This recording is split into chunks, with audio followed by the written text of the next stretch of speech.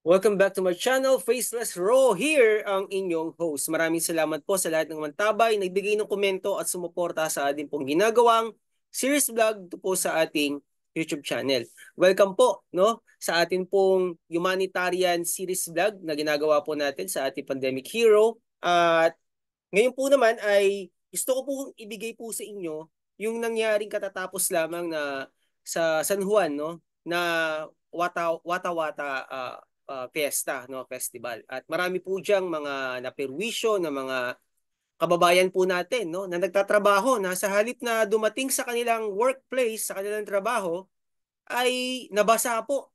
Hindi lang nabasa yung kanilang damit na pantrabaho, kundi yung kanilang mga gamit, maging yung mga cellphone nila. Yung angkas nga, sinapak, no? Baka puyat nga yun eh, tapos biglang binasa ninyo. No, nakita natin yan kay Boss Parak, no? Pero pag kinausap kayo, kayo pa yung galit. Merong pulis na binasa. Pag sinita kayo, nagagalit kayo. Ang ganda nung sinabi ni Boss Parak, no? Pag may nangyari diyang kaguluhan, hahanapin niyo yung pulis. Walang pulis na nagpapatrol, no?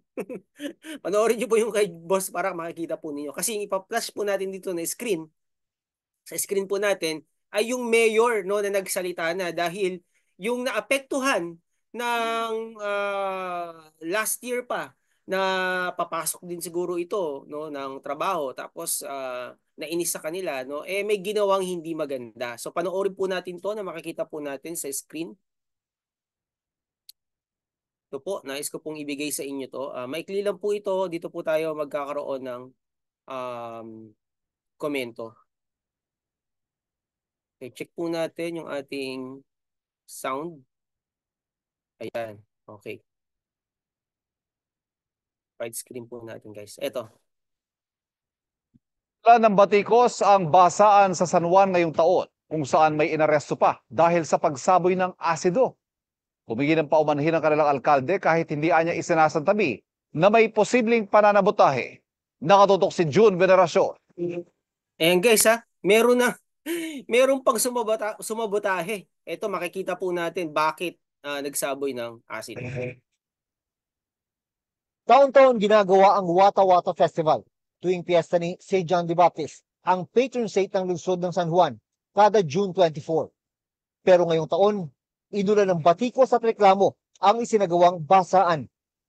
Kasunod ito ng pwersahang pagbabasa sa mga napadaan sa lungsod, Grabe no. hindi nakaligtas sa mga pasahero Tignan nyo yan. at mga pribadong sasakyan. Ayan no. Kapag salita ako hindi maganda, sa gulat ko rin. Kasi foul namang magbukas.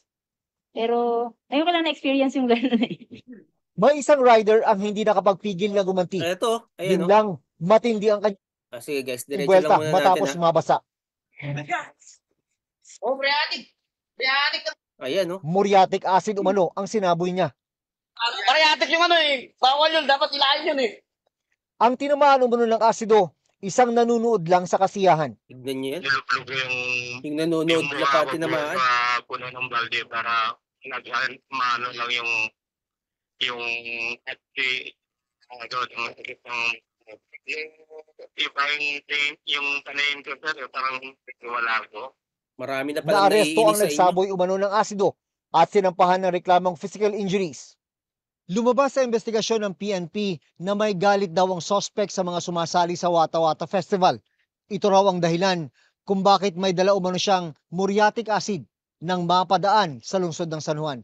Yung mga past years ng festival ay nababasa siya, sasaktan. So hindi siya naghanda na siya eh. Maganda na if ever ganun. Ay, gumante. Gumante.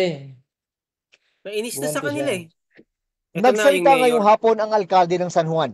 Ako po ay buong pagkukumbaba na humingi ng paumanhin at pasensya sa lahat po ng mamamayan na naapektuhan o naging biktima. Gamit ang mga video na naglabasan sa social media, Ayan. hinahanap na raw ang mga taong nanggulo Yun. sa nakaraang pista. Yan. Dapat yung lahat ng mga nanggulo at namirwisyo, nag-abala. Ano po yan? Bigyan po natin ng leksyon. Kasi kitang-kita naman po sa ginawa nila. Meron pa silang sinapak na angkas. Biro mo, kung nagtatrabaho yung puyat, tapos babasain mo. Tapos yung cellphone, no? May nakita ako, nabasa din yung cellphone. Meron pang isang mama, binubuksan yung bus.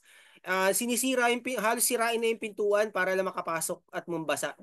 Imagine anong kaisipan niya ng pagdiriwang ng piyesta. Kaya nga si Boss Parak nagsalita na rin dyan eh. Tapos may isa pang mama, no? Kabataan na parang pupungas-pungas yung mata, tuwan-tuwa, namamasa. Tapos nung nasabihan ni Boss Parak, gumawa siya ng sarili niyang account at nagbigay pa siya ng mensahe na wag daw dadaan doon sa lugar nila dahil tiyak daw na makakatikim ng babasain. So anong ginagawa ng mga tao to? Bakit kaya ganito itong mga kabataan to magdiwang ng piyesta o ng festival? Okay, tuloy po natin ang ating ah, panonood. Sa ilalim ng City Ordinance number 51 Series of 2018, kabilang sa mga ipinagbabawal sa Wata Wata Festival ang unruly behavior gaya ng puwersahang pagbubukas ng sasakyan. Yan. May multa itong mula May multa. 2,500 hanggang 5,000 pesos. Hinihikayat ng city government ang mga naapektuhan na magsampa ng reklamo at papanagutin daw ang mga sangkot. Pag-aaralan Mas maganda po yan, no? Yung mga na-perwisyo para matigil po ito kasi baka may iba pang mangyari sa susunod na taon, no? Hindi lang ito ang mangyari, no? Sa galit ng ibang mga nandiyan na nababasa, no? Baka hindi lang muriatic ang masaboy sa inyo dahil sa inis nila, no? Tama po ito. daw ng San Juan kung Panagutin. paano mapapabuti ang pagsasagawa ng kapistahan sa mga susunod pang taon. Napaghandaan naman daw mabuti ang Wata Wata Festival, pero meron daw mga pasaway. I'm not categorically saying may sabotahe, but I'm also not ruling it out. Para sa GMA Integrated News, Yan. Maraming Jun salamat. Veneracion, nakatutok, 24 oras. Maraming salamat po sa 24 oras at maraming salamat syempre sa butihing mayor ng San Juan. Ayan po, no? Kung titignan po natin na ito pong ginagawang tradisyon taon-taon, hindi naman masama na magdiwang, no? Mag-celebrate niyan. Pero kung kayo po ay nakakaperwisyo, nakakaabala na at nakakasakit na, no? Pag-isipan po natin lalong-lalo na po sa mga kabataan na parang walang isip, no? Yan ang masasabi natin. So, hinihikayat po na magsampa daw ng kaso dun sa mga nakaperwisyo. At nakita naman natin sa screen, di ba? Kitang-kita po yung mga faces ng mga nanakit at may mga bata pa rin pinagtatalunan yung taxi, tapos yung wiper, masisira eh. Meron pang biker na yung kapadyak natin dyan na kung babasain mo yun tapos papasok pala ng trabaho yun, di ba? So, hindi maganda. So, maraming salamat, no? Syempre kay Boss Parak din na napanood ko. Hindi na natin ipa-flash sa screen. Panoorin niyo po siya sa kanya pong account sa Facebook. Kaya maraming salamat po. Ang video pong ito ay courtesy ng 24 oras. At salamat syempre muli sa Mayor ng San Juan. Ayan. So, ano po masasabi po ninyo sa ating pong ginawang reaction video? Ito pang tradisyon na to ay maganda. At kung maganda, bakit? At kung hindi maganda naman, dahil sa ginagawa ng mga iilan na personal na gusto nilang maging masaya sila, ay nakakasakit na po sila, anong dapat gawin? Sampahan ba natin to ng kaso? O turuan ng leksyon? Pagmultahin? Yun ang sabi doon, di ba? Meron silang policy sa pagdiriwang ng Wata Wata Festival. So maraming salamat po. Ito po si Faceless Raw. At gusto ko sabihin sa inyo, abangan po natin yung ating episode sa FLM Comeback Series. Marami po tayong ilalabas ng mga episode. At salamat din po sa magiging grand humanitarian natin. Malapit na dyan sa may Iloilo, kung di ako nagkakamali, at Cebu. Okay, isama po natin ang ating pandemic hero. Walang iba kundi si Doc Francis Leo Marcos. Siyempre, sa lahat ng nagmamahal sa kanya, antabay lang po tayo dyan. At maraming salamat po. Ito rin po, nais ko pong iwan sa inyo na mahal din po kayo ni Doc Francis ng ating pandemic hero at nais ko pong sabihin sa inyo na mahal ko din po kayo. Kita-kita muli tayo sa susunod na episode dito lamang sa ating YouTube channel. God bless everyone. Bye-bye.